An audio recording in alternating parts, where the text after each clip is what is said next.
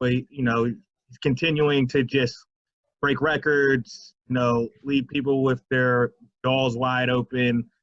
What can you say about how he played again tonight and just what he's been doing, kind of willing your team along with, others, obviously, to play so well over the last, 5-6 games? I don't know what else to say. You guys ask me after every game what I think of Steph and his performance, and it's whatever I said last game, just use that tonight. Because it's the same thing after every game. It's just utter amazement at this guy's skill level, heart, mind, focus. It's just amazing to watch. And how big was this win tonight? And the way you guys have been playing as of late and how you're trending towards this stretch run of the season. Yeah, I mean, we need every win we can get, and we've been playing well, really well now for the last couple of weeks. And so we're in a good groove. There's a really good spirit and energy with the team right now. I think the guys feel it. And we're getting great contributions up and down the roster. I thought Loon tonight was kind of the unsung hero. Obviously, the story was Steph, but and I always know that Draymond is going to defend like a demon the entire game, which he did. But Looney guarding Embiid for most of his 33 minutes, had 15 boards, countless wonderful defensive rotations and challenges, without fouling. I thought Looney was tremendous. You're obviously living in the moment with this Steph stretch, but do you think at all about just the historical nature of what he's doing just statistically right now from three and just in general? Yeah, Raymond keeps me up to date on all that stuff. So I understand that's 21 career games with 10 or more threes. And Clay is second with 5, and Steph's had 4 in the last 5 nights. So mind-boggling stuff. Have you ever seen a performance like the stretch of games that Steph is on right now? Not from a shooting standpoint. I've seen I've seen Kobe Bryant. Early in his career had a stretch where he went nuts, and obviously Michael Jordan had some stretches where he just scored like crazy. But obviously nobody's ever shot the ball like this in the history of the game. And even by Steph's own lofty standards, this is above and beyond. Steve, are you approaching this like a no-hitter? I mean, what do you even say to him at this point? Nice shot. You mentioned Kevon Looney and Draymond Green. How encouraging is it to see when you have such a limited amount of bigs do this against one of the best centers in the league? Does it kind of make you not relax against other teams, but just reassure you even more that you can get it done with just 2 bigs right now? Yeah, I mean, that's the biggest thing with Loon is that he's healthy. This is a guy who has helped us win playoff games and finals games. So we knew what we had in Loon. We just didn't know if he could stay healthy. Last year was a really tough year for him. So it's so great, amidst all these crazy injuries we've had over the last 3 years, to see Kevon healthy and playing the way he is just awesome. And then Draymond is Draymond. He's one of the great defenders in the history of the game. I think he's the best defender in the game today because of what you have to do as a big these days, guarding pick and roll, switching onto the perimeter, protecting the rim, helping. Draymond is incredible. So those 2 guys are holding it down for us right now. What's it been like to have the fans back in the arena as you've been on the road lately? It's huge. There's just a different energy in the building, and it's so nice. And it's a reminder that we're slowly but surely getting through this pandemic. But it's wonderful to hear the fans and hear the oohs and the ahs when Steph's making a shot, or the cheers for the Sixers when they're doing something. And this is how it's supposed to be. So I really look forward to when everybody's back.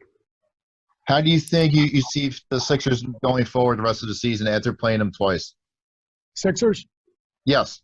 I really like their chances. They were obviously severely shorthanded tonight without Ben and Harris. So that's not that wasn't their team. They were shorthanded, and if they're healthy, they're really good. They're a great two-way team. They're one of the best defensive teams in the league, and they cause a lot of problems offensively too. So it's a hell of a team.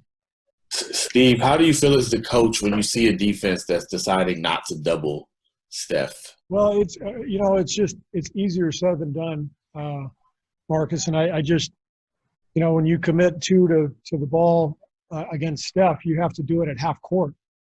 So it's not like any other traditional superstar that you got to send to maybe at the 3-point line or at the elbow, and you can pull your defense in. If you're going to send two to Steph, you have to send two to half court, and then these are NBA players. 4-on-3 is pretty easy. So, having said that, I wouldn't be surprised if somebody does that soon.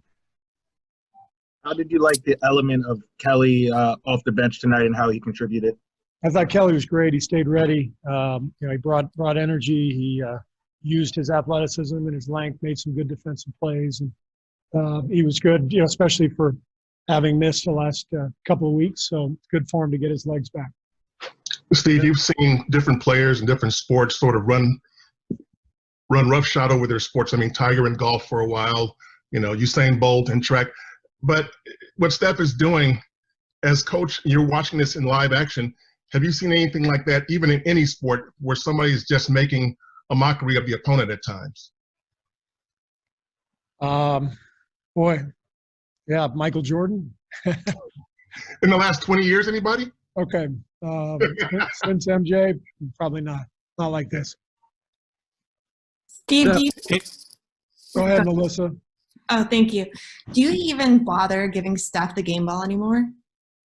No. I mean, I gave him the game ball after he broke Wilt's scoring record, but I haven't given him any the last couple games. So I don't know. Maybe I should. keep handing him the ball after every game.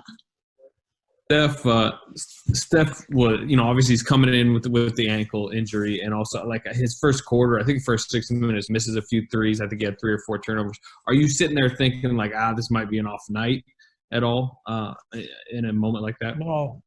I've learned better than that. Steph. I remember maybe 4 or 5 years ago, he had a playoff game in Portland, and I've told this story a few times, but he was 0 for 10. He had been out with injury for a couple of weeks, maybe a few weeks. And he was 0 for 10 in the game, and he hit his 11th shot. So he was now 1 for 11, and he shimmied at half court after making the shot. And I was laughing because, as I told him afterwards, who shimmies when you're 1 for 11? Well, Steph did. And then you guys probably remember that game. I think he had 20 in overtime. So that's the thing with Steph. The confidence is so deep that all it takes is one shot, and he feels like he's on fire. Steve, a great road victory. Steph was able to perform again, and even in front of his little brother. Can you talk a little bit about that aspect of it? Well, it's always fun to see those guys playing against each other, and Seth had a great first half and was really cooking there for a while, and I'm sure it was really, really fun for the family to watch. And Damian Lee had a good game too. So, a lot of good family stuff tonight for the Currys and the Lees. Hey, Coach. This is Davide from Italy. Going back to Steph, do you think this is the best version of him we have seen so far, compared even to 2016? It's hard to say that just because he's always been so amazing, but he's never played any better. That's for sure. It's just incredible to watch.